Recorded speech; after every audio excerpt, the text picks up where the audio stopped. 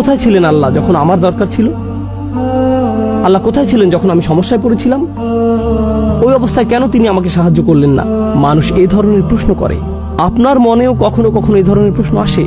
আমি আল্লাহর বিদ্রোহ করতে পারি, আল্লাহ আমার আত্মাকে সুযোগ দিয়েছেন আল্লাহকে ভুলে যাবার, যা খুশি তা করার, যা খুশি তা বলার, যেভাবে খুশি টাকা উপার্জন করার, যেমন খুশি রিলেশন করার, শুক্রবার রাত যেমন খুশি কাটানোর। ইউরসিলু আলাইকুম হাফাজা, তিনি তোমাদের জন্য প্রতিরক্ষাকারী ফেরেশতা পাঠান সব সময় আপনাকে নিরাপত্তা দেওয়ার জন্য।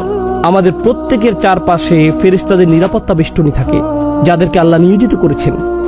এভাবেই আল্লাহ আমাদের উপর অনুগ্রহ করেন। আর এজন্যই আল্লাহ আযজা ওয়া জাল্লা পরের আয়াতে বলছেন, এটাই আজকের খুতবার আয়াত যা আমি আপনাদের সাথে শেয়ার করতে চেয়েছিলাম। ইয়াসআলুহু মান ফিস সামাওয়াতি ওয়াল আরদ কুল্লা ইয়াউমিন হুয়া ফি শাআন। আকাশ এবং পৃথিবীর প্রত্যেকেই তার কাছে চাইছে। আকাশ এবং পৃথিবীর প্রত্যেকেই তার কাছে চাইছে। আসুন প্রথমে এই অংশটা বুঝি। আরবি ভাষায় সুআল বা চাওয়া দুই ধরনের। এটি আলোচনার আগে এই আয়াত নিয়ে যে কনফিউশন আছে তা বলে নিই। আল্লাহ বলেছেন প্রত্যেকেই তার কাছে চাইছে। ফেরেশতারা তার কাছে চায়, পশু পাখিরা তার কাছে চায়, আমরা তার কাছে চাই। কিন্তু কেউ এসে বলল, আমি একজন নাস্তিককে চিনি, সে আল্লাহর কাছে কিছু চায় না। আমার একজন বন্ধু আছে যে ধার্মিক নয়, কখনো আল্লাহর কাছে কিছু চায় না। আমার ফিলোসফি প্রফেসর কখনো আল্লাহর কাছে কিছুই চায় না। তাহলে কিভাবে সবাই তার কাছে চাইছে? এই জন্যই আপনাকে বুঝতে হবে আরবিতে চাওয়া শব্দটির দুটি অর্থ রয়েছে। একটি হলো সচেতনভাবে চাওয়া, অন্যটি হলো প্রয়োজন। অন্যটি প্রয়োজন। ওয়া আম্মা সাইলা ফালা তানহার, যে চায় তাকে অবজ্ঞা করো না। এর অর্থ এটাও, যার প্রয়োজন আছে তাকে অবজ্ঞা করো না। এমন অনেক মানুষ আছে যারা অভাবী, কিন্তু তারা চায় না, কাকুতি মিনতি করে না। আর তারা না চাইলেও তাদেরকে আপনার দিতে হবে। আয়াতের অর্থ হলো আকাশের সবকিছু এবং পৃথিবীর সবকিছুরই প্রয়োজন রয়েছে, আর তারা সেই প্রয়োজন পূরণে আল্লাহর মুখাপেক্ষী। একজন অবিশ্বাসী, একজন বিদ্রোহী মুসলিম, অথবা এরকম কেউ যে জানে যে সে খারাপ কাজ করছে যা তাদের করা উচিত না, আল্লাহ তাদেরকেও দিতেই থাকেন, দিতেই থাকেন আর দিতেই থাকেন। আপনাদের ভিতর যিনি 5 ওয়াক্ত নামাজ পড়েন, আর যিনি মোটেই নামাজ পড়েন না, আর যিনি এই বছর আজকেই প্রথম জুমার খুতবা এসেছেন, আপনাদের সবাইকে আল্লাহ দেন। আপনাদের মধ্যে এমন কেউ নেই যাকে আল্লাহ দেন না। আমাদের সবার সুস্থকে আল্লাহ বাতাস দিয়ে পরিপূর্ণ করে দেন। আমাদের সবার হৃৎপিণ্ডই আল্লাহ সচল রেখেছেন। আমার হৃৎপিণ্ড যেটি বিট দিচ্ছে, পরবর্তী বিট দেওয়ার আগে এটি আল্লাহর কাছে দোয়া করে, ইয়া আল্লাহ, আমি কি আরেকটি বিট দিতে পারি? তিনি এটাকে অনুমতি দিচ্ছেন। এই হৃৎপিণ্ডের অনুমতি প্রয়োজন। আমার শরীরের প্রতিটি ধমনীর অনুমতি প্রয়োজন। এর প্রয়োজন আল্লাহর অনুমতি। আর আল্লাহর অনুমতি ছাড়া তুমি অরাকাতিন, গাছের একটি পাতাও পড়বে না, যতক্ষণ পর্যন্ত না তিনি অনুমতি দেন। আমার শরীরের একটি কোষও নড়বে না তার অনুমতি ছাড়া। আমি আল্লাহর বিদ্রোহ করতে পারি। আল্লাহ আমার আত্মাকে সুযোগ দিয়েছেন আল্লাহকে ভুলে যাবার, যা খুশি তা করার, যা খুশি তা বলার, যেভাবে খুশি টাকা উপার্জন করার, যেমন খুশি রিলেশন করার, শুক্রবার রাত যেমন খুশি কাটানোর। শুক্রবার দিনে আলহামদুলিল্লাহ, আল্লাহ যেমনটি চান আপনি তেমনটি কাটিয়েছেন। শুক্রবার রাতটি এবার শয়তানকে দিয়ে দেন। ছুটির সময়টাকে পরিপূর্ণ করেছেন, দুই দিক সমান করেছেন। কিন্তু আল্লাহ বজ্রপাত দিয়ে শাস্তি দিচ্ছেন না। আল্লাহ আপনাকে টেনে হিঁচড়ে মসজিদে নিয়ে আসছেন না। তিনি পারতেন যদি তিনি চাইতেন। তিনি আগেও অনেক জাতিকে সোজা করেছেন। তিনি আপনার এবং আমার সাথে তেমনটি করছেন না। কোন হাত যখন চুরি করে এটি প্যারালাইজড হয়ে যাচ্ছে না।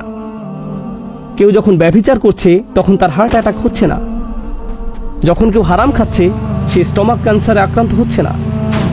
আল্লাহ তেমনটি করছেন না। তারা খেয়েই যাচ্ছে আর তারা হাসি আনন্দ করছে। তাদের প্রত্যেকেরই প্রয়োজন রয়েছে। ইয়াসআলুহু মান ফিস সামাওয়াতি ওয়াল আরদ। তারপর তিনি আপনাকে এবং আমাকে বলছেন, কুল্লা ইয়াউমিন হুয়া ফি শাআন। প্রত্যেকটা মুহূর্ত, প্রত্যেকটা দিন। ইয়াউম শব্দটি এখানে মুস্তালাহ লি জামিআল আওকাত।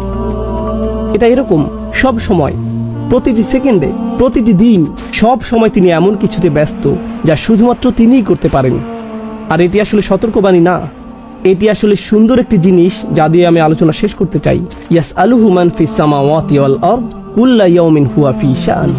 ভাবুন তো, আমি একজন শিক্ষক। ধরুন আমি পড়াচ্ছি 50 জন ছাত্রকে। তাদের একজন আমাকে একটা প্রশ্ন করলো, তাদের একজনের এক্সট্রা হেল্প প্রয়োজন। একজন বলল তার একটা সমস্যা আছে, একজন বলল তার একটা কনফিউশন আছে। আমি একজনকে দিলাম 5 মিনিট, আরেকজনকে দিলাম 5 মিনিট, আরেকজনকে 5 মিনিট। আমি যদি তাদের সবাইকে 5 মিনিট করে দেই, যোগ করলে হয় 250 মিনিট। ততক্ষণে আমি শেষ। আমি পারবো না তাদের সকলকে এক্সট্রা সময় দিতে। যদি আমি দেইও, যদি আমি প্রত্যেককে 5 মিনিট করে দেই, তারা সবাই অভিযোগ করবে আমি মাত্র 5 মিনিট সময় পেয়েছি। আমি তাদের সবার অনুরোধের খেয়াল রাখতে পারি না। আমি তাদের সবার প্রশ্নেরও জবাব দিতে পারি না। তাদের কোনো কোনো প্রশ্ন আমার ক্ষমতার বাইরে। তাদের কোনো কোনো অনুরোধ অথবা প্রয়োজন আমি পূরণ করতে পারি না। কেউ এসে বলতে পারে আমি আপনার কাছে 3 ঘন্টা সময় চাই। আমি বলবো সরি, আমার কাছে আপনাকে দেওয়ার মতো 3 ঘন্টা সময় নেই। যদি দিতে পারতাম ভালো হতো। যখন অনেকে আপনার কাছ থেকে দাবি করে, আপনি আসলে এটা তখন বুঝতে পারবেন যখন অনেক বেশি মানুষ আপনার কাছে চায়। জানেন মানুষের কি হয় এই অবস্থায়? মাথা জ্যাম হয়ে যায়। আমার ব্রেক প্রয়োজন, আমার ছুটি দরকার, আমি আর পারছি না। যেমন ঈদ সিজনে এই দোকানের ম্যানেজারদের অবস্থা। এমন অবস্থা হয় যে সে কারোর সাথে কথা বলতে চায় না। মানুষ ভেঙে পড়ে যখন আপনি তাকে অনুরোধ করতে থাকেন আর চাইতেই থাকেন। ঘরের কর্তাও প্রায় ধৈর্য হারাতে পারেন, কারণ তার কাছে সব সময় চাহিদা আসতেই থাকে সব দিক থেকে। তিনি প্রেশারের মধ্যে থাকেন। আর এই ধরনের অবস্থায় কারো কথা শোনা হবে, কাউকে শোনা হবে না। যারা বেশি গুরুত্বপূর্ণ তাদের কথা শোনা হবে, যারা কম গুরুত্বপূর্ণ তাদের কথা শোনা হবে না। আল্লাহ আজ্জা ওয়া জাল্লাকে দেখুন, সকলেই তার কাছে চাইছে। বিশ্বাসীরা তার কাছে চাচ্ছে, অবিশ্বাসীরাও তার কাছে চাচ্ছে। সবচেয়ে বিদ্রোহী মুসলিমরা অমুসলিমদের কথা ভুলে যান কিছুক্ষণের জন্য। সবচেয়ে বিদ্রোহী মুসলিম যারা প্রকাশ্যে গর্বের সাথে হারাম কাজ করে, যারা জঘন্য কথা উচ্চারণ করে, যারা একে অপরের প্রতি অন্যায় করে, তারা এগুলো সব করে প্রকাশ্যে, কিন্তু তাদের হৃৎপিণ্ড পরবর্তী টুইটের জন্য অনুমতি প্রার্থনা করে। আর আল্লাহ দিয়ে দেন। এমনকি তাদের জন্য আল্লাহ ফেরেশতা পাঠান যখন তারা গাড়ি চালিয়ে নাইট ক্লাবে যায়। তাদেরকেও আল্লাহ আজ্জা ওয়া জাল্লা নিরাপত্তা দেন এবং দিতে থাকেন। আল্লাহ যেভাবে দান করেন তা শুধু তার পক্ষেই সম্ভব। এটাকেই বলা হয় শান। শান হলো এমন একটি আমর ইখতাসু বিআহাদ, এটা শুধু একজনের দ্বারাই সম্ভব। আপনাদের কারো কারো নিজস্ব ব্যবসা প্রতিষ্ঠান আছে, সেখানে কিছু কাজ শুধু আপনাকেই করতে হয়। এর জন্য যদি অন্য কাউকে ভাড়া করেন, অবস্থা এলোমেলো হয়ে যায়। কর্মচারীকে ক্যাশের দায়িত্ব দিয়ে গেছেন, এরপর কোনো একটা ঝামেলা তৈরি হয়েছে। এ কাজ শুধু আপনার পক্ষেই সম্ভব। এটাকে বলা হয় শান।